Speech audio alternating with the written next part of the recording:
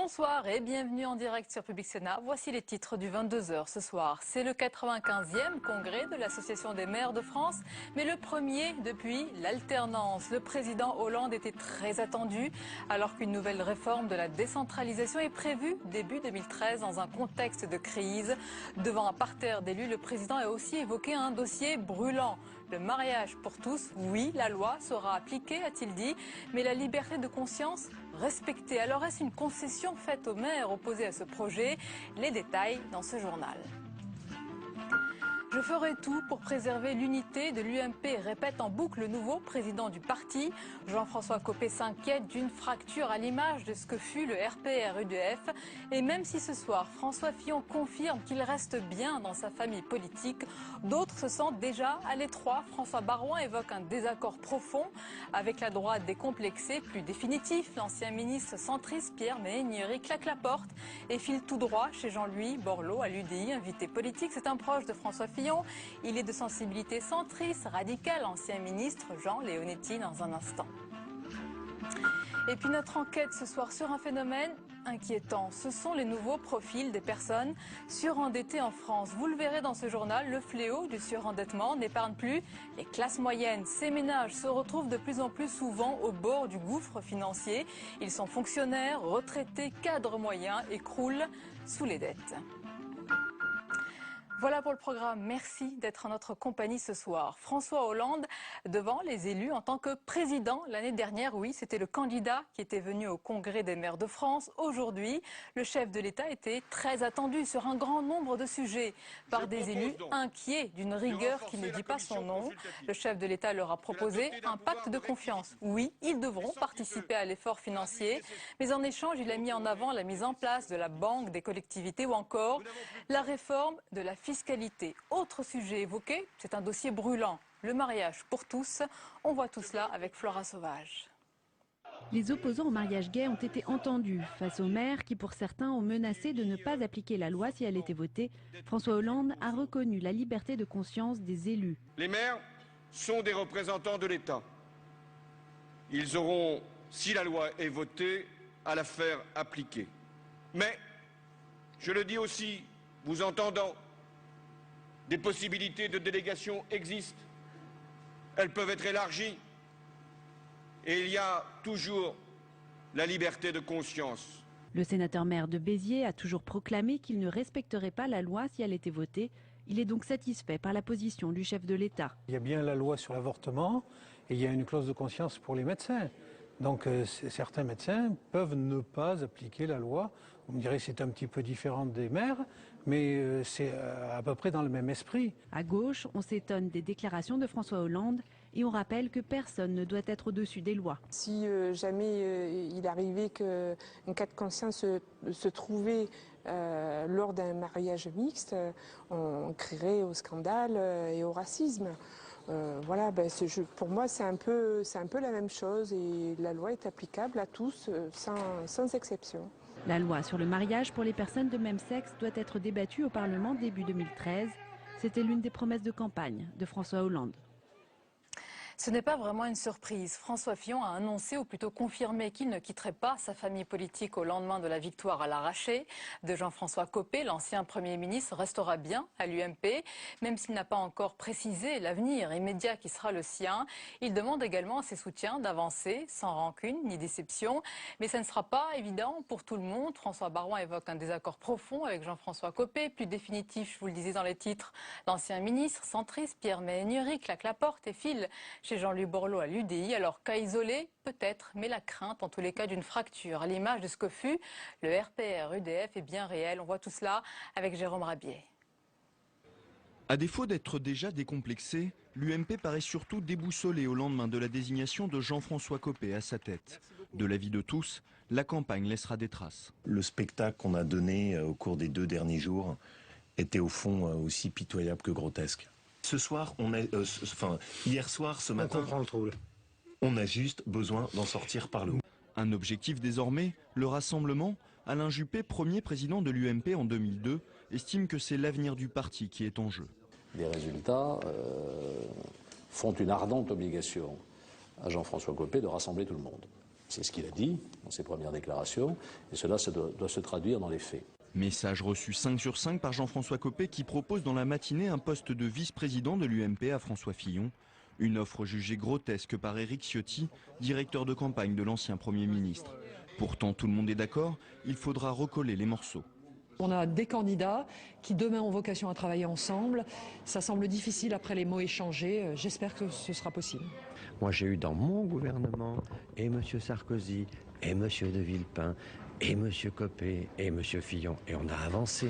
Et donc c'est pas la première fois que des tempéraments compliqués, difficiles seront réunis ensemble. La droite, qui a déjà pâti des divisions à l'époque du RPR et de l'UDF, n'a rien à gagner à raviver ces vieilles querelles et doit se tourner vers les prochaines échéances. Il faut aller de l'avant et on ne gagnera pas les élections municipales de 2014 que par le simple retour du balancier vers la droite. Car la reconstruction de l'UMP passera par de nouvelles victoires. Le PS, au bord de l'explosion en 2008 et qui a depuis tout gagné, pourrait pour une fois servir d'exemple à l'UMP.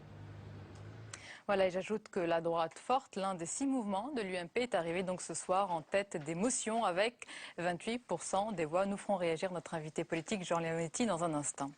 Dans l'actualité, une visite d'un Premier ministre au Sénat n'est jamais anodine, surtout lorsque la majorité n'est pas vraiment au rendez-vous, comme on l'a vu ces dernières semaines, avec le vote des communistes mêlant leur voix à la droite sur des textes emblématiques pour le gouvernement. Alors ce matin, en réunion du groupe socialiste, Jean-Marc Ayrault a donc voulu rassurer ses troupes à 2 jours de l'examen d'un texte fondamental. Il s'agit du budget. Les détails avec Cécile Sixou. Dans la salle, ils attendent le Premier ministre avec impatience. Après le rejet de 3 textes et avec une fragile majorité de 6 voix, les sénateurs socialistes sont affaiblis. Ce matin, Jean-Marc Ayrault est venu les rassurer. Il a assuré qu'il tenait compte de cette spécificité au Sénat et notamment des relations particulières qu'il fallait avoir avec la gauche sénatoriale pour préparer les choses en amont, s'expliquer et faire en sorte qu'il y ait la plus grande cohérence. Et à 2 jours de l'examen du projet de loi de finances, cette visite du Premier ministre tombe plutôt bien. Sans soutien des communistes sur ce texte, les sénateurs PS pourraient connaître une nouvelle déconvenue. Ils ont donc demandé des gages au gouvernement.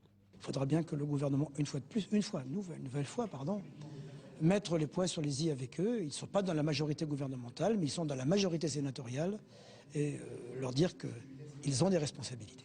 Échange de bons procédés, le Premier ministre a demandé aux sénateurs d'être les ambassadeurs de son pacte de compétitivité sur le terrain. J'ai senti un Premier ministre qui voulait être proche des parlementaires, des élus de terrain, pour faire en sorte qu'il y ait une adéquation parfaite entre le terrain et la politique du gouvernement. Le pacte de compétitivité du gouvernement devrait entrer en vigueur en 2013 à travers différents projets de loi. Quelles seront les conséquences de la dégradation de la note française par l'agence Moody's? Eh bien, pour l'instant, il n'y a pas vraiment de vague. Les marchés sont plutôt sereins. Les créanciers de la France pas plus exigeants ou inquiets que d'habitude. Mais bien sûr, c'est la dimension symbolique, politique qui prime. Une dégradation, c'est toujours un coup porté à l'image du pays, quel qu'il soit. Alors, pour parler de ce sujet et d'autres, j'accueille nos invités. Invités politiques, ancien ministre, cofondateur des Humanistes, de l'UMP, proche de François Fillon. Jean Leonetti, bonsoir. Bonsoir. Merci d'être là. Et notre chroniqueur, Jean-Louis Goumbaud. Bonsoir Jean-Louis. Bonsoir Sonia. Alors on commence par cette dégradation. Jean-Louis, d'abord, quels sont les arguments de l'agence notation Moody's pour nous infliger cette punition? Il y en a 4. Premier argument, la France n'engage pas suffisamment en profondeur et rapidement les réformes structurelles, ce qui pèse sur sa croissance à terme. Donc, deuxième argument. Troisième argument, c'est le fait que la croissance restera faible dans les mois qui viennent. Moody's ne croit pas aux 0,8%. Cela pèsera sur le déficit budgétaire. À ces 3 arguments, Moody's en rajoute un 4e, en cas de dégradation de la situation dans la zone euro, la France n'aura pas, dans ces conditions, les reins suffisamment solides pour y résister. Et dans ce cas, elle signale une fragilité structurelle devant laquelle se trouve l'économie française et elle dégrade l'économie française, en tout cas le papier de l'État français. Et les conséquences, Jean-Louis, je disais à l'instant qu'il n'y avait pas vraiment de vague, je me suis avancé. Non, vous n'êtes pas avancé tout à fait, vous ne êtes pas avancé du tout.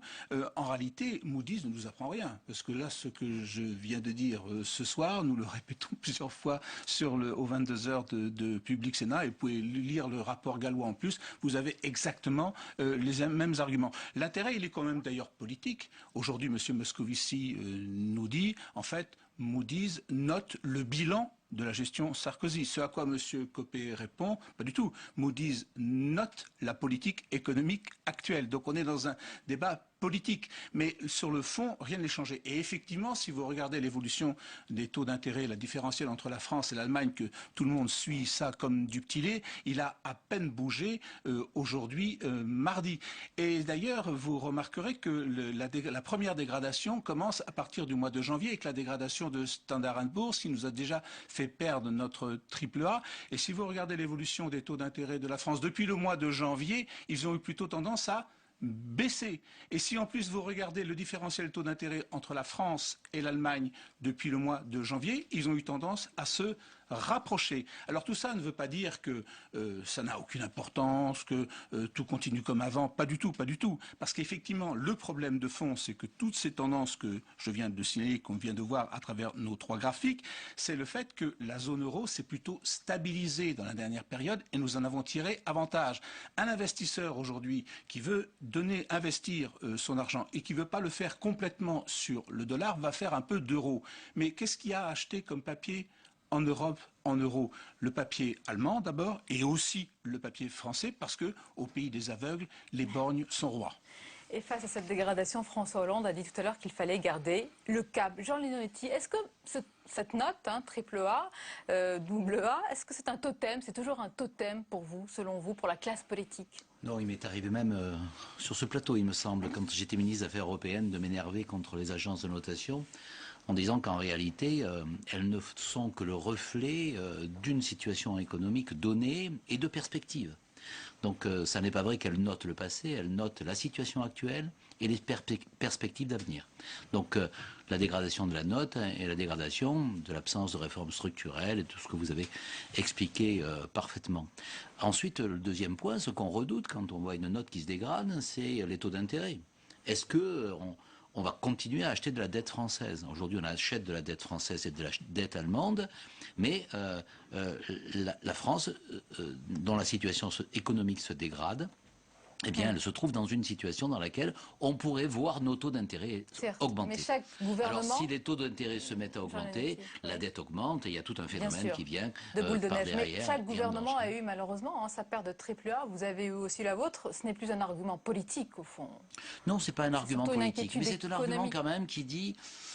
les réformes, je crois que M. Hollande a finalement dit qu'il y avait une crise grave dans ce pays. Il a constaté après être élu. Ensuite, il a constaté qu'il fallait de la compétitivité, c'est un peu tardif. Et ensuite, il a mis en place un certain nombre de mesures, après avoir éliminé celles que nous avions mis en place, qui, à mon avis, vont pas assez loin et qui sont trop tardives.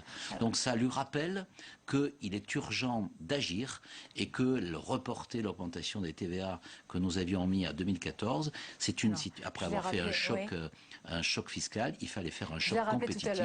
Et donc, dans cette situation, eh bien, je crois qu'on prend du retard. Vous avez été ministre en charge des Affaires européennes avec François Baroin, votre collègue, qui a rédigé donc ce livre, Journal de crise, et il parle de cette fameuse journée où justement, le jour où Standard & Poor's a dégradé la France. Voici ce qu'il dit en quelques lignes. 10h30, je suis à Bercy. Ramon Fernandez, le directeur du Trésor, m'envoie un SMS. Rappelez-moi de toute urgence. Ce soir, à 22h30, l'agence de notation Standard & Poor's annoncera qu'elle abaisse d'un cran la note attribuée au titre souverain de 9 pays de la zone euro, dont la France, ce fameux totem qu'est la AAA, qu'est le AAA. La dimension symbolique de cette dégradation est évidemment très forte. Quelques pages plus loin, pour Bercy, c'est bien sûr une journée grise, un échec. Nous n'avons pas sauvé le AAA. Donc, reconnaissance aussi de cet échec. Il y a deux éléments, oui. Il le dit très bien, François. Il dit d'abord qu'il y a un élément de symbole, de crédibilité d'un pays. Et puis en même temps, il y a la crainte que quand on perd une fois sur une agence un AAA, on est toujours AAA. Quand on le perd 2 fois, on n'a plus le AAA. On dit jamais 203, pourvu que ça marche pas. Et donc, les perspectives négatives de Moody's aujourd'hui mettent la France dans une perspective de récession et de perte de compétitivité. Alors, autre thème. C'est une autre façon de rappeler que ce gouvernement fait trop peu et trop tard. Autre thème d'actualité, François Hollande face aux maires. Il a été bien sûr question des efforts des collectivités locales, mais aussi question d'un dossier brûlant, le mariage pour tous. François Hollande a rappelé aujourd'hui bien sûr que la loi s'appliquera pour tous, mais avec une nuance de taille. Il a évoqué cette fameuse clause de conscience. Est-ce qu'il vous a écouté également de nombreux maires de droite qu'il a demandé, qu'il la mettait en avant? Non, c'est pire que ça. François Hollande vient de mettre une brèche importante. D'abord, il dit que non seulement qu'il y a la clause de conscience, ce qui veut bien dire que c'est un sujet éthique, et en même temps, parallèlement, il dit que le débat est légitime. Pourquoi alors, lorsque je demande au Premier ministre à l'Assemblée nationale un débat public, comme on l'a fait sur la bioéthique, comme on l'a fait sur la fin de vie, mais sur la clause il le de refuse. conscience, c'est une bonne chose. Non, c'est une chose qui crée une confusion. Est-ce que donc vous n'étiez pas d'accord avec vos collègues de droite? On ne le savait pas.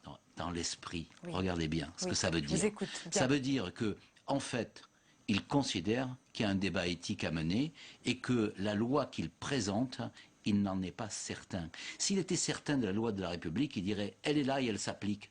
Or aujourd'hui, il met une brèche dans cette loi. Ça veut dire allez jusqu'au bout, Monsieur le Président de la République, et faites qu'on ait un débat public pour que les Français comprennent bien les conséquences, non pas de 2 hommes ou de 2 femmes qui s'aiment, mais de ce que ça a comme conséquence sur la structuration de la famille, sur la filiation, débat d'accord, mais etc. vous-même, en votre fort intérieur, personnellement, peut-être vous en parlez avec votre entourage, votre famille aussi, est-ce que vous avez fait votre choix sur ce mariage? Moi, je pense que si on m'avait proposé une union civile qui aille plus loin que le Pacs et qui donne les mêmes droits que les personnes mariées, mais qui se limite au couple et qui ne déborde pas sur l'adoption, la filiation et toutes les conséquences sur la famille. Beaucoup de si.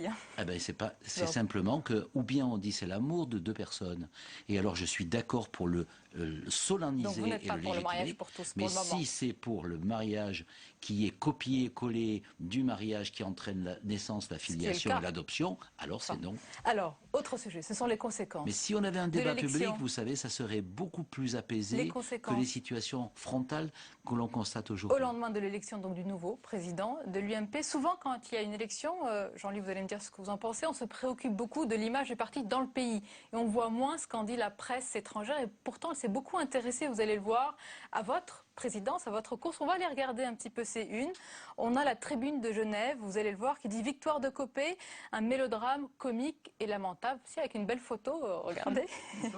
Il y a le quotidien espagnol El País qui évoque le psychodrame à l'UMP, qui apparaît comme l'un des épisodes les plus fous de la Ve République. Ensuite, The Independent, qui revient sur la victoire de Jean-François Copé, fier comme Artaban. Quand il annonce sa victoire, le quotidien précise que le nouveau patron de l'UMP est, entre guillemets, je cite, d'origine juive mais non pratiquant, et qu'il plaide pour une droite décomplexée. Ensuite, il y a le journal allemand Der Spiegel. L'hebdomadaire de centre-gauche insiste aussi sur cette droite décomplexée. Et selon le Der Spiegel, à l'image du Tea Party aux États-Unis, la rhétorique de Jean-François Copé porte en soi le germe de la désunion plutôt que du rassemblement. Dernière une, c'est L'Orient le jour à Beyrouth, le quotidien français qui publie, regardez, un éditorial vraiment au ton définitif, qualifiant cet épisode de grotesque, pitoyable, surréaliste et tragicomique. Eh bien, l'image, elle est un peu altérée, on va dire.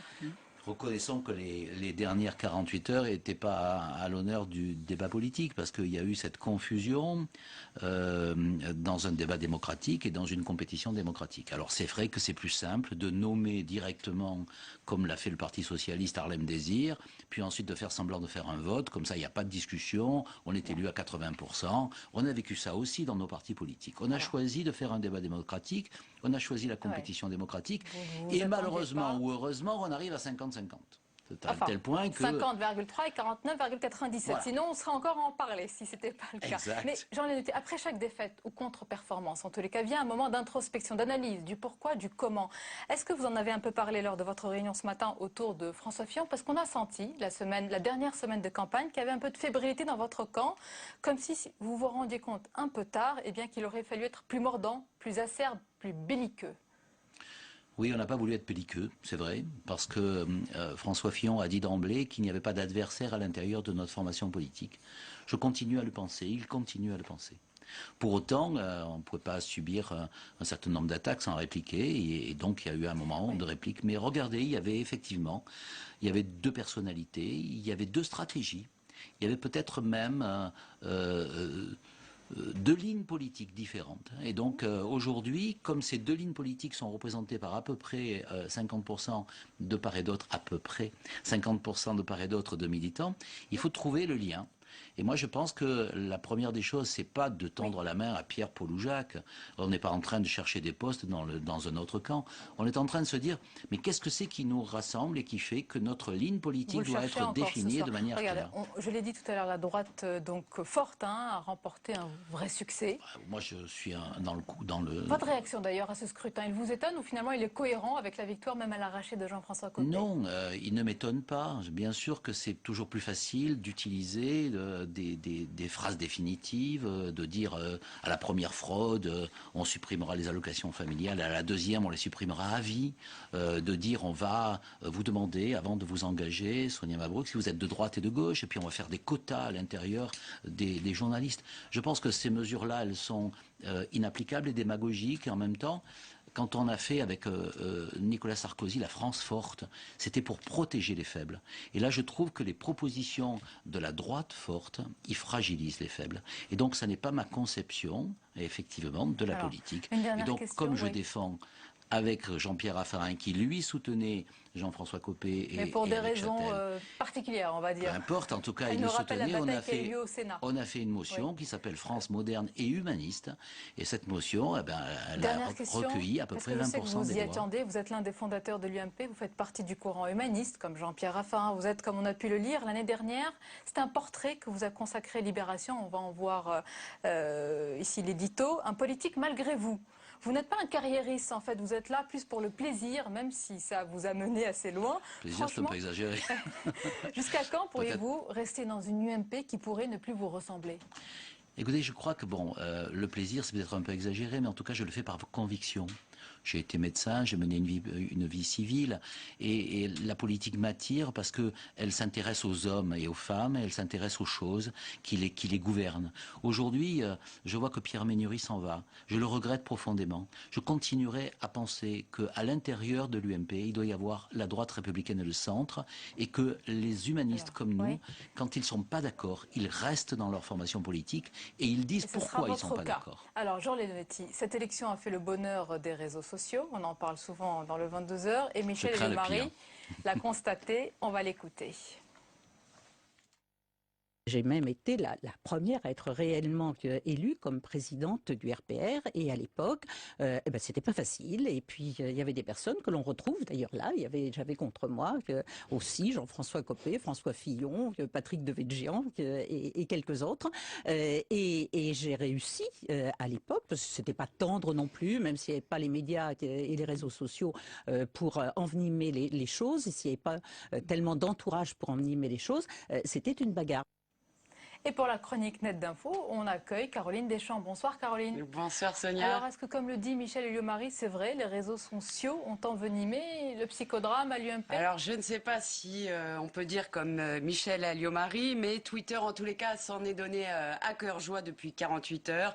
Chaque épisode, chaque rebondissement de ce feuilleton rocambolesque a fait l'objet de moult commentaires et d'innombrables blagues que le web affectionne tant. Le tweet le plus populaire mer, repris des dizaines de fois et consécration ultime, utilisé dans un titre du journal Le Monde et signé Hersave, je cite, balle tragique.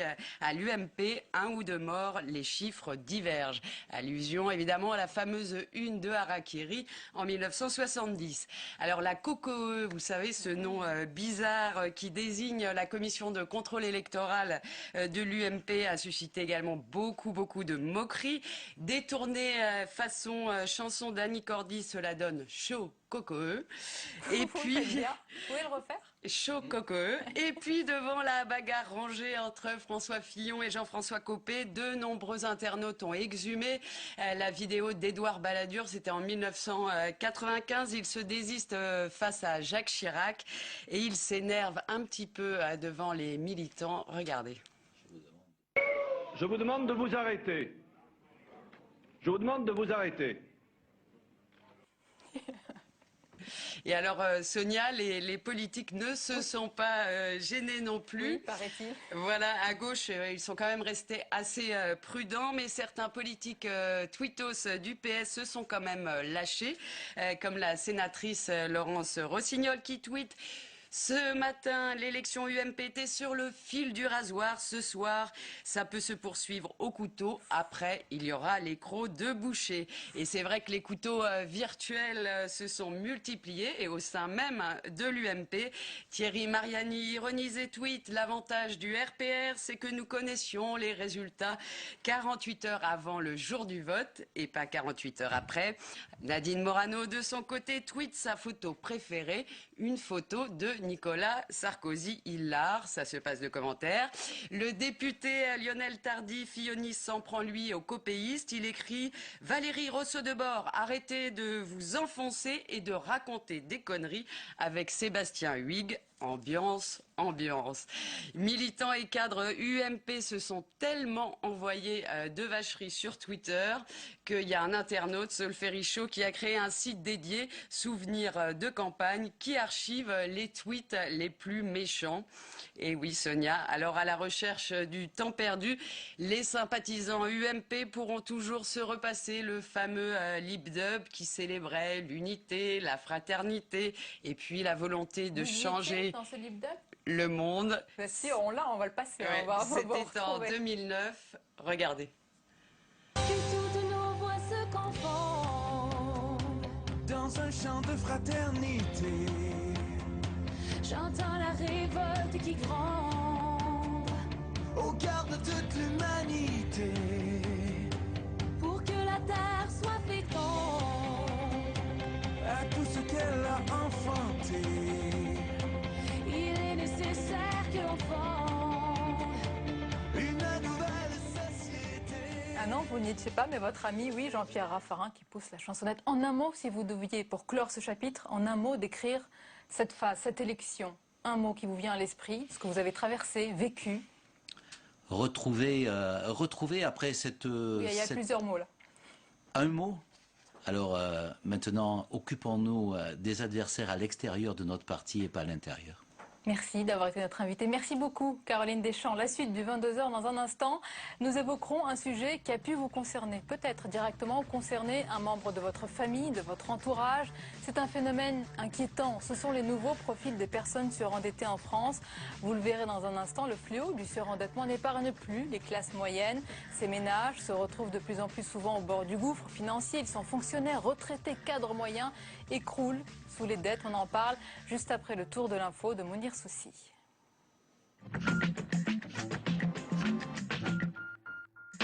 La série noire se poursuit en Corse. Victor Ribeiro, un entrepreneur du bâtiment, a été assassiné par balle à Servione, près de Bastia. Le mode opératoire rappelle le meurtre de l'avocat Antoine Solacaro, tué le mois dernier. Le ministre de l'Intérieur s'est exprimé. Il appelle les Corses à réagir.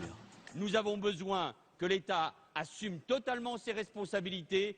Nous avons besoin que les Corses assument leurs responsabilités et nous avons besoin qu'ensemble, tous, nous combattions ce fléau parce que la Corse a besoin de cette protection. Une vague de crimes sans précédent touche l'île. La semaine dernière, Jacques Nasser, le président de la Chambre de commerce de Corse du Sud, est tombé sous les balles. Depuis le début de l'année, 18 personnes ont été tuées. dernier passage en revue pour les troupes françaises de cette base afghane. Les 400 militaires déployés en Kapisa quittent le nord-est du pays. L'armée afghane prend le relais dans cette zone où les talibans restent bien implantés. 88 soldats français sont tombés depuis le début de l'opération en 2001. Plus de la moitié sont morts dans cette région. Pendant que les responsables négocient une trêve, les affrontements se poursuivent sur le terrain. Aujourd'hui, au moins 26 Palestiniens et 2 Israéliens dont un soldat sont morts. Les efforts diplomatiques s'intensifient pour contenir la violence.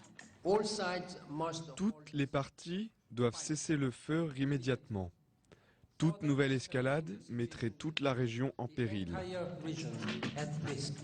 L'Égypte, en première ligne dans les négociations, espère annoncer une trêve dans la soirée. Une offensive terrestre d'Israël n'est plus d'actualité, mais le gouvernement de Benyamin Netanyahou dit vouloir un accord de long terme avant d'accepter un cessez-le-feu. En République démocratique du Congo, les rebelles pro-rwandais du mouvement du 23 mars ont pris le contrôle de la ville de Goma, la capitale régionale du Nord Kivu. L'armée régulière de Joseph Kabila a reculé aujourd'hui, abandonnant le contrôle de l'aéroport. Pour l'ONU, le Rwanda est derrière les troubles dans cette région frontalière et riche en ressources minières. Médecins sans frontières dénombre 100 000 déplacés depuis le début des affrontements la semaine dernière. L'ONG craint une crise humanitaire malgré la présence de 6700 casques bleus. Dans le dessin du jour, Dilemme fait la synthèse de l'actualité politique française. Au lendemain d'une élection sur le fil à l'UMP, François Hollande, lui aussi, voudrait voir des irrégularités dans la décision de l'agence de notation Moody's.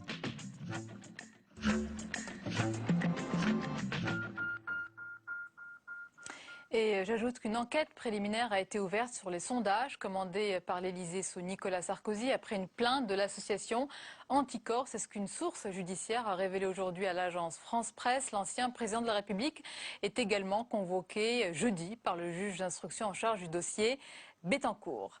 Place à présent dans le 22h à notre débat autour du surendettement. Le crédit à la consommation a eu sa réforme. C'était en 2010 sous le nom de la loi Lagarde. L'objectif était d'enrayer la progression du surendettement.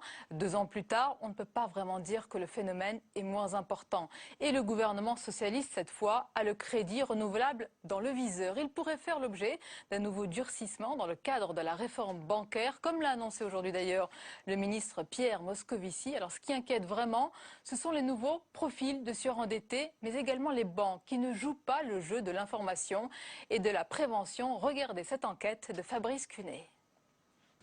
Mélissa Howard est juriste dans une association d'aide aux consommateurs. Parmi les dossiers qu'elle traite quotidiennement, une partie concerne un problème de surendettement. Et la procédure est complexe. Le rôle de Mélissa, le conseil, l'accompagnement de personnes souvent en grande difficulté. Et la juriste fait tomber quelques clichés. Nous, le constat qu'on peut faire, en tout cas, c'est qu'il n'y a pas de visage type du surendettement. Il y a plusieurs visages aujourd'hui. C'est vrai que c'est en train de grimper, c'est-à-dire que les personnes qui au départ étaient des personnes à faibles ressources, on voit maintenant de plus en plus de personnes qui ont quand même des revenus corrects et qui malgré tout déposent un dossier de surendettement. Donc l'avenir, ça s'avère quand même un peu compliqué. Pas de profil type donc, mais souvent la même histoire. Un crédit puis un autre, un accident de la vie et c'est la spirale infernale. Alors à qui la faute ? Oui, bien sûr, les consommateurs souvent disent que c'est la faute du banquier qui ne leur a pas expliqué, etc. Mais je pense que la responsabilité, elle est aussi partagée. C'est-à-dire le banquier propose et le consommateur doit disposer. Et pour cela, il faut qu'il ait quand même les clés, qu'il comprenne ce qu'il signe. Pourtant, en mars 2010, Christine Lagarde, alors ministre de l'économie, déclare la guerre aux mauvais prêteurs. Nous voulons un crédit à la consommation qui soit responsable et qui soit raisonnable. C'est-à-dire que nous voulons éviter des situations de publicité excessive, nous voulons éviter l'irresponsabilité des acteurs et nous souhaitons surtout que le crédit à la consommation ne concourt pas à renforcer le surendettement de certains ménages. 2 ans après, il serait trop tôt pour mesurer l'impact de la loi Lagarde. Signe positif, le crédit renouvelable jugé addictif est en recul.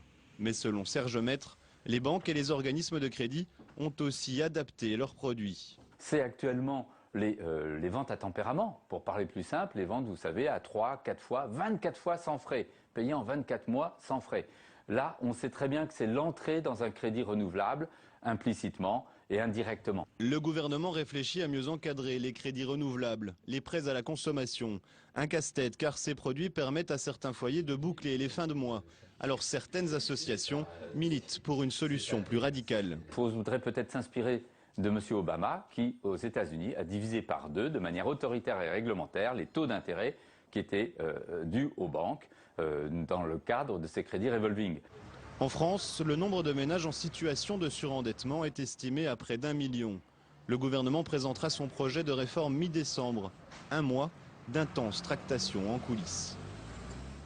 Et nos invités sur ce sujet important, je vous les présente avec plaisir. Jean-Louis Kiel, bonsoir. Bonsoir. Et bienvenue. Vous êtes président de la Fédération des chambres régionales du surendettement social. Avec nous également Muguette Dini, bonsoir. Vous êtes sénatrice UDI-UC du Rhône. Vous êtes également co-auteur d'un rapport d'information sur le crédit à la consommation et le surendettement. Avec nous également, et j'en remercie Françoise Laborde, bonsoir. Bonsoir. Vous êtes sénatrice RDCE de la Haute-Garonne et vous connaissez également très bien ce sujet. Est-ce que d'abord, mesdames, messieurs, vous êtes d'accord sur ce constat? Oui, aujourd'hui, il y a plusieurs visages des personnes surendettées. Oui, bien sûr. Muguette Dini, oui. Oui. Je laisserai. Il n'y a plus un profil? Non, il n'y a plus un profil. On a tendance à penser, en entendant parler de surendettement, qu'on a affaire à des inconscients qui se surendettent, qui ajoutent les crédits au crédit. En réalité, c'est une proportion non négligeable. On estime à peu près à 20%. Mais pour beaucoup de personnes, c'est le fait de se trouver dans une situation inattendue, le chômage, la séparation, des accidents de la vie qui font que les revenus baissent et qu'il n'y a plus assez d'argent pour rembourser. Et puis la troisième catégorie, ce sont des personnes qui définitivement n'ont pas assez d'argent pour vivre et se surendettent pour survivre. Jean-Luc, il y a évidemment cette catégorie, il y a aussi les classes moyennes de plus en plus. Les classes il y a moyennes des fonctionnaires, qui des retraités, plongent, des cadres moyens. Ce sont des personnes qui rentrent très bien dans les scorings des établissements financiers et bancaires, qui ne risquent pas de perdre leur boulot. Les seniors aussi, c'est des situations tragiques, donc des personnes qui prennent des engagements, on ne vérifie pas, on n'a pas la possibilité en France de vérifier la solvabilité et qui plongent. Et alors là, la catégorie des gens très pauvres, mais là l'accès au crédit est plus délicat et c'est souvent la difficulté, c'est un endettement structurel, la difficulté de payer le loyer. Mais les classes moyennes sont extrêmement fragiles en France et c'est ce qu'on appelle les near prime ou les prime, des très bons clients en apparence et qui sont dans une situation souvent dramatique. Alors quand vous dites très bons clients donc pour les banques qui ne jouent pas le jeu, selon vous, de la prévention, de l'information, c'est le cas, Françoise Laborde? Oui, parce que, comme disait M. Kiel, je pense que quand il parle des classes moyennes qui sont des bons clients, ce sont des fonctionnaires ou des personnes qui ont des feuilles de paye donc bien régulières. Oui. Et ce qui n'empêche pas que justement vous empruntez pour des choses utiles et nécessaires. Et puis quand vous voyez que c'est facile d'emprunter, vous empruntez aussi parfois pour des choses un peu moins utiles. Et là, c'est le cercle vicieux. Donc là, ça touche cette catégorie-là. Et après, bien sûr, il y a la catégorie des gens pauvres, puisque en préparant un peu donc, mon intervention, j'ai vu avec horreur que ce chiffre de l'INSEE 2012, c'était quand même 8 617 000 personnes en dessous du seuil de pauvreté. Alors, Muguette Dini, on l'a vu dans notre enquête de Fabrice Cunet, on a entendu Madame Lagarde, c'était en 2010, avec cette loi. Lagarde, elle a dit l'objectif de cette loi, c'est d'enrayer la progression du surendettement. Est-ce qu'on peut faire un premier bilan aujourd'hui? Est-ce que l'objectif est plus ou moins, on s'achemine pour l'atteindre? Madame Lagarde a proposé une loi qui était une loi de qualité. Nous, ici au Sénat, il y a eu un débat très important et nous souhaitions qu'elle aille plus loin et qu'elle soit plus précise. Pour des quantités de raisons, ça n'a pas été le cas. Ça n'a pas été le cas. La loi est une bonne loi, elle est incomplète, elle doit être complétée par un certain nombre de dispositions que nous avons proposées dans notre rapport. Un exemple, qu'est-ce qu'il faut selon vous lui ajouter maintenant tout de suite? Par exemple, parmi d'autres, actuellement, quand vous prenez une carte de fidélité dans une grande surface, dans un hypermarché, cette carte de fidélité, sans que vous ayez rien demandé, c'est aussi une carte de crédit. Et on ne le sait pas. Et on ne le sait pas. C'est-à-dire qu'on achète à crédit. Alors, on peut acheter à crédit à partir du moment où on a une carte de fidélité. Et nous, ce que nous souhaitons, c'est que la carte de fidélité soit une carte de fidélité. Vous êtes fidèle à un magasin et au bout de 10 achats, on vous dit, on vous fait un cadeau de 10%, de 5% ou un cadeau. Et voilà, ça c'est la récompense de la fidélité, mais c'est pas du tout ça qui se passe. Et donc, parmi nos propositions, c'est le découplage de ce qu'on appelle la carte confuse. Alors, il y a ce sujet, il y a aussi un autre sujet, Jean-Luc Kiel et Françoise Laborde, c'est celui de la prévention, de l'information des ménages. À partir de quel moment il faut dire attention, vous ne pouvez plus aller plus loin, et comment le dire, qui doit le dire? Est-ce qu'il faut qu'il y ait un fichier de problèmes, de personnes qui ont eu des problèmes de paiement? Absolument. Cela fait près de 20 ans que notre association supplie les pouvoirs publics à mettre en place ce qu'on appelle aujourd'hui le registre national des crédits. On est un des derniers pays du monde à ne pas avoir ce dispositif. L'Allemagne a un registre des crédits depuis 1928, tenez-vous bien. Donc, et ça permettrait deux choses. Ça mettrait, moi je crois beaucoup à la co-responsabilité, je pense qu'on partage ça avec les sénatrices. C'est l'idée que le consommateur doit, à un moment donné, aujourd'hui il doit déclarer quels sont ses engagements, et souvent il les oublie. Et puis quand il est, vous savez, c'est la peur de l'abîme, de devoir déposer un dossier de surendettement. Il n'y a pas de honte à le déposer, il faut le déposer beaucoup plus tôt.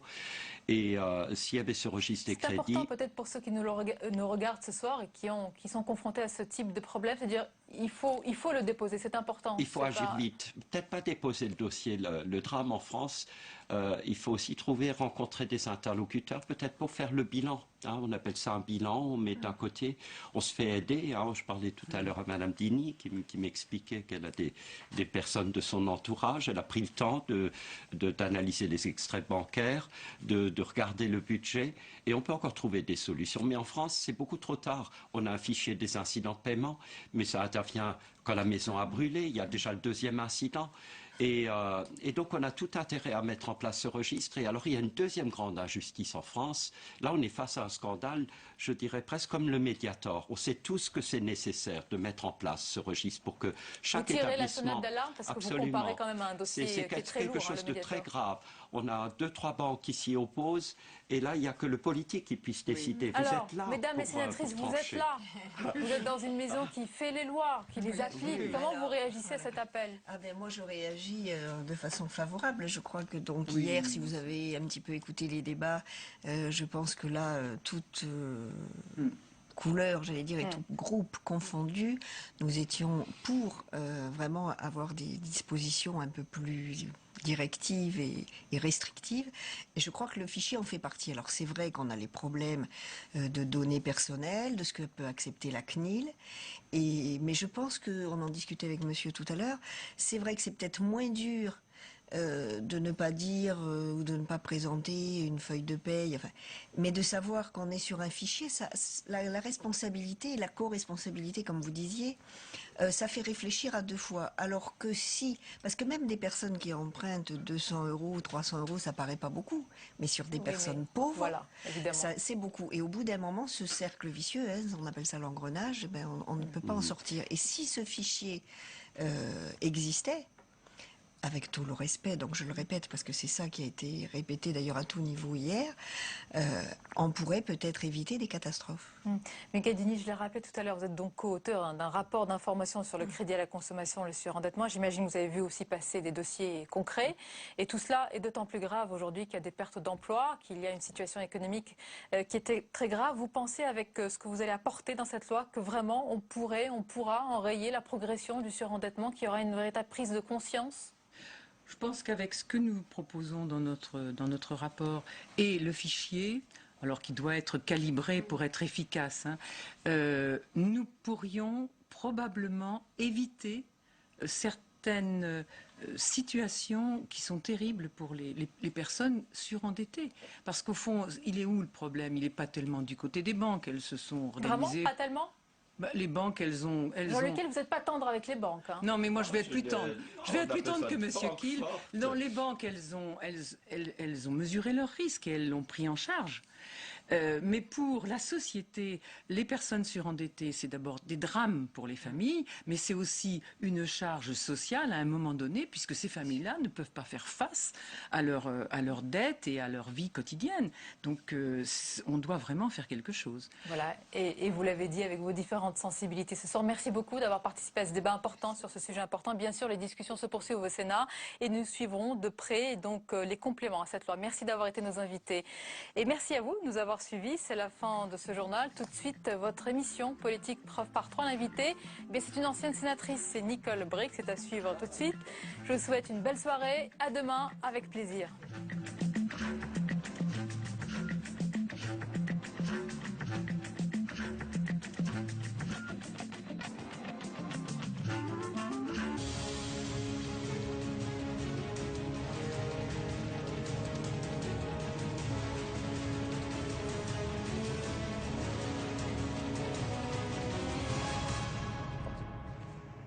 Nicole Bricq, la ministre du Commerce extérieur, est l'invitée de Preuve par 3. Bonsoir Madame Bricq. Bonsoir. Et merci d'être avec nous au moment où la France peine à redresser ses exportations. Vous pourrez nous le confirmer dans un instant, et perd de son crédit par ailleurs auprès d'une nouvelle agence de notation, Moody's cette fois, après Standard & Poor's, c'était en février dernier, et on s'en souvient des polémiques de l'époque.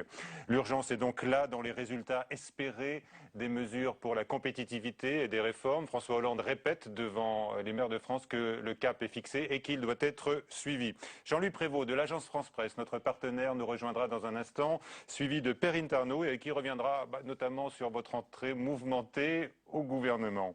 Et les téléspectateurs peuvent intervenir et vous interpeller au cours de cette émission par le biais de l'application TV Check de notre partenaire également Orange. Le nouveau président de l'UMP que vous connaissez bien, Nicole Bricq, vous l'avez battu aux élections législatives à Meaux, c'était en 1997. Jean-François Copé, donc, attaque la politique du gouvernement. Il parle même de son discrédit. Est-ce qu'il dit la même chose en plus violent que l'agence Moody's, Jean-François Copé? Je le reconnais bien là. Il ferait mieux de s'occuper de son parti quand même, parce que un parti aussi hiérarchique, aussi vertical, qui fait 50-50 alors qu'il a le culte du chef, ça doit pas être facile à diriger. Oui, mais vous reconnaissez là le cogneur que vous avez affronté en Seine-et-Marne? Ah ben, écoutez, moi je l'avais croisé il n'y a pas très longtemps à Meaux, et il me dit, tous les journalistes disent que je vais être battu. Ben, je lui dis, c'est bon signe, puis je vous connais, vous êtes très bien organisé. Bon, je ne me suis pas trompée. Cela étant, ce qui arrive à l'UMP ne peut réjouir personne, parce que au travers de ce discrédit quelque part. Vous renvoyez le mot de discrédit. Oui, ça attire l'attention sur quelquefois la fragilité des partis politiques qui sont indispensables à la vie démocratique. Et nous avons besoin d'une opposition forte qui fasse des propositions, qui se projette un peu. Si l'UMP va passer son temps à se quereller pour telle ou telle fédération, pour tel ou tel sujet qui va les diviser, ça ne profitera qu'à ceux qui sont les ennemis de la démocratie. Donc je ne m'en réjouis pas. Deux options après ce qui s'est passé. Certains même au sein de l'UMP ont parlé de farce à la suite de cet exercice démocratique, la désignation d'un nouveau président pour ce parti. Donc vous réjouir ou vous déclarer navré, vous choisissez la seconde option. Je pense qu'on ne peut pas se réjouir, mais je voudrais quand même rappeler à M. Copé qu'il n'était pas le dernier à critiquer le processus des primaires qu'avait engagé le Parti socialiste. Et nous l'avons réussi, ce processus. Et c'est à partir de là qu'il y a eu une dynamique qui a porté François Hollande aux portes de la présidentielle et qui a permis qu'il soit élu. Donc j'attends que l'UMP soit capable de faire l'exercice démocratique que le Parti socialiste a réussi. Nicole Bricq, si on compare l'élection mouvementée du nouveau président de l'UMP à la désignation à la soviétique du nouveau patron du PS, là, il n'y a pas photo quand même. Ça pose le problème. Est-ce qu'il faut faire un congrès après des élections présidentielles? Il faut que le Parti socialiste se présidentialise. Je n'ai pas peur de le dire, qu'il prenne la mesure de ce que c'est que d'accéder à la présidence de la République. Il n'y est pas encore, et l'exercice quand même réussi de Toulouse était quand même meilleur que celui de Reims. Voilà. Est-ce que la victoire de Jean-François Copé est une bonne nouvelle pour François Hollande, qui a affirmé son cap social-démocrate, si on se place dans une perspective, par exemple, de rapprochement avec le centre, évidemment? Ah oui, vous faites allusion à quoi? Et je fais par exemple allusion aux déclarations ici même, il y a une semaine, de François Bayrou, qui le premier s'est réjoui de la tonalité de la conférence de presse du chef de l'État. Dans la difficulté où la France est, avec notamment tous les problèmes que nous avons à surmonter pour redresser la France, son économie dans la justice, on n'a jamais trop de soutien. On n'a jamais trop d'appui. Si François Bayrou l'apporte, eh bien tant mieux, mais je souhaite que beaucoup d'autres appuient les initiatives que prend le Premier ministre Jean-Marc Ayrault avec le Président de la République. Vous seriez favorable donc à un ralliement en bonne et due forme de François Bayrou, qui a considéré que plus que jamais son vote en faveur de François Hollande était justifié? En politique, on se détermine par rapport à un enjeu et par rapport à un programme. Et on dit si on est d'accord ou pas. Ce n'est pas à moi de dire il l'a dit, mais vous dites on peut l'accueillir. Il a dit, vous savez, il tape un coup à droite, un coup à gauche, François Bayrou, hein, j'ai remarqué. Et bon, c'est un homme libre. Il a dit que le pacte de compétitivité pour la croissance et l'emploi qu'a présenté le gouvernement était une bonne décision et qu'elle était courageuse. C'est exactement ce que c'est. Bien, donc, mais ces propos ne vous font pas peur, comme à l'aile gauche du Parti socialiste, qui s'inquiète en disant « Oh là là, peut-être que demain, il y aura de nouvelles alliances avec le centre hein ». Oui, mais écoutez, on est dans un vrai sujet en ce moment. Tous les efforts du gouvernement sont tendus vers cet objectif qui passe par le redressement économique, pas pour redresser l'économie, mais parce que si on veut avoir un modèle social à la hauteur des besoins des Français, il faut être capable d'engager ces réformes. Donc de rassembler. Et donc il faut rassembler autour d'un objectif qui n'est pas celui du Parti socialiste, qui est celui de la France. Et il se trouve que l'exercice du pouvoir nous a mis en responsabilité. Oui. Il faut l'assumer pleinement et accepter les soutiens absolument, quand ils viennent d'ailleurs. Bien sûr, à une politique, bien sûr, il en faut. Et même on en a besoin. Et même parler d'unité nationale comme le fait François Bayrou. Moi, ça ne me gêne pas de parler d'unité nationale. Vous savez, tous les jours, je vois des entreprises. J'en ai vu encore dans mon département aujourd'hui. Hier, j'étais avec elle à Strasbourg et je vois que les chefs d'entreprise et leurs salariés sont mobilisés dans un objectif. Donc, je prends ça pour un message d'optimisme. Il faut que la France...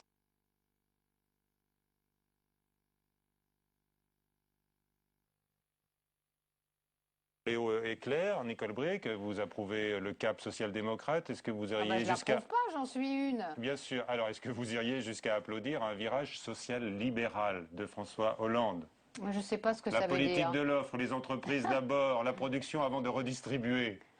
François Hollande ne prend personne par surprise. Je me souviens de l'engagement qu'il a pris le 25 janvier, quand il a présenté au grand public ses propositions. Et il était déterminé à relever ce pays et son économie. Et il était déjà, et depuis longtemps, social-démocrate. Donc il n'y a pas de virage de l'engagement de François Hollande. Tout doit être mobilisé. Et la situation est grave. Je crois que mon petit portefeuille, qui est essentiel, puisque c'est un marqueur de nos déficiences. On va en parler. Donc, le tocsin est sonné avec les 73 milliards de déficit du commerce extérieur et c'est la mobilisation générale. Bien sûr. Dites-moi, alors du coup, on laisse de côté, bon déjà, les communistes, ils ne sont pas montés dans le wagon du gouvernement, mais les écologistes qui estiment qu'il y a un après-rapport gallois et qui sont là en participant sans soutenir, vraiment, il faudra les abandonner un jour alors. Les écologistes ont deux ministres au gouvernement, Madame Duflot et Monsieur Canfin, et qui ont l'air parfaitement épanouis dans l'exercice du pouvoir. Madame Duflot met en œuvre la politique du logement qui a été préparée du reste par le Sénat. Rappelez-vous, la proposition de loi avait été votée au Sénat, donc elle a été élaborée ici. Donc elle a l'air parfaitement à son aise. Et Monsieur Canfin, avec qui je travaille beaucoup, puisqu'il s'occupe de la coopération, de l'aide aux pays en développement. Je le croise très souvent, il est très souvent dans des pays où je vais aussi, a l'air parfaitement à son aise. Bon. Donc il n'y a pas de problème écologiste au sein du gouvernement. On s'aperçoit quand même qu'il y a peut-être un recentrage, je poursuis sur cette idée, Nicole Bricq, de François Hollande, qui a reconnu la liberté de conscience des maires, qui pourront, s'ils le désirent, pour un problème de conscience, ne pas procéder à des unions de personnes du même sexe. Ça apparaît quand même comme un recul par rapport à sa proposition de mariage gay. Non, la loi sera votée. Le Conseil des ministres l'a approuvée, elle sera votée, c'est un engagement. Mais les maires pourront ne pas la mettre en œuvre à mais titre vous savez, personnel. les maires, ils ne font pas tous les mariages. Oui, mais pas pour des problèmes de conscience, pour des problèmes d'emploi du temps Quand un maire ne veut pas faire un mariage, il le délègue à un de ses adjoints. Mais pas pour un problème de conscience. Mais pour un problème d'emploi du temps ou je ne sais quoi, mais franchement, Nicole Bricq, non. Moi, écoutez, vous estimez que les maires peuvent en dire, conscience ne pas unir des personnes d'un même alors, sexe? je ne sais pas si c'est un problème de conscience C'est ce qu'a dit le autre, chef de l'État. mais je peux comprendre que tout ce qui touche à la famille renvoie à un imaginaire que chaque individu peut se faire de cette famille. Donc je comprends que ce soit des réformes de société qui posent des problèmes à certaines personnes. Donc on les fait, mais moi je la prends, à moitié. Je la prends, non, la loi passera, elle sera appliquée et je la prends, cette loi, comme un accès à l'égalité de ceux qui l'ont demandé. J'ai vécu l'épisode du Pacs, j'étais députée. D'accord. Octobre 98. Oui, mais attendez. Là, on en a entendu de la part de l'opposition, de droite, mais des horreurs. On en a entendu encore ce week-end. Et 13 ans après, qu'est-ce qu'on constate? Que ça ne fait plus problème, l'UMP. On nous avait prévu le pire. Demain, si des couples gays veulent se marier et que le maire de leur commune refuse, pas sûr que les adjoints suivent. Alors, donc, ce sera une réforme à minima, à moitié appliquée. Non, elle s'appliquera. Le maire, il fera ce qu'il fait d'habitude. Il choisit, en accord avec ceux qui lui demandent explicitement de faire ou de ne pas faire. Il fera pareil. Si c'est sa conscience, il le clamera peut-être pas sous tous les toits, mais il a la liberté de faire ou de ne pas faire, comme aujourd'hui. Et moi, je veux que la loi s'applique parce que elle satisfait à un désir profond d'égalité. Ça vous embarrasse finalement ce sujet? Pas du tout, pas du tout. Moi, je vous réponds moi. Je réponds pas pour les autres. Ça m'embarrasse pas du tout. Je vous dis, on a fait le Pacs, on nous avait prévu. La loi va être votée, vous le rappelez, mais les maires en conscience pourront ne pas la mettre en œuvre, à titre personnel. Mais ceux qui veulent se marieront, la loi s'appliquera, mais le maire la fera ou la fera pas, le mariage. Peut-être qu'ils ne pourront pas dans leur mairie.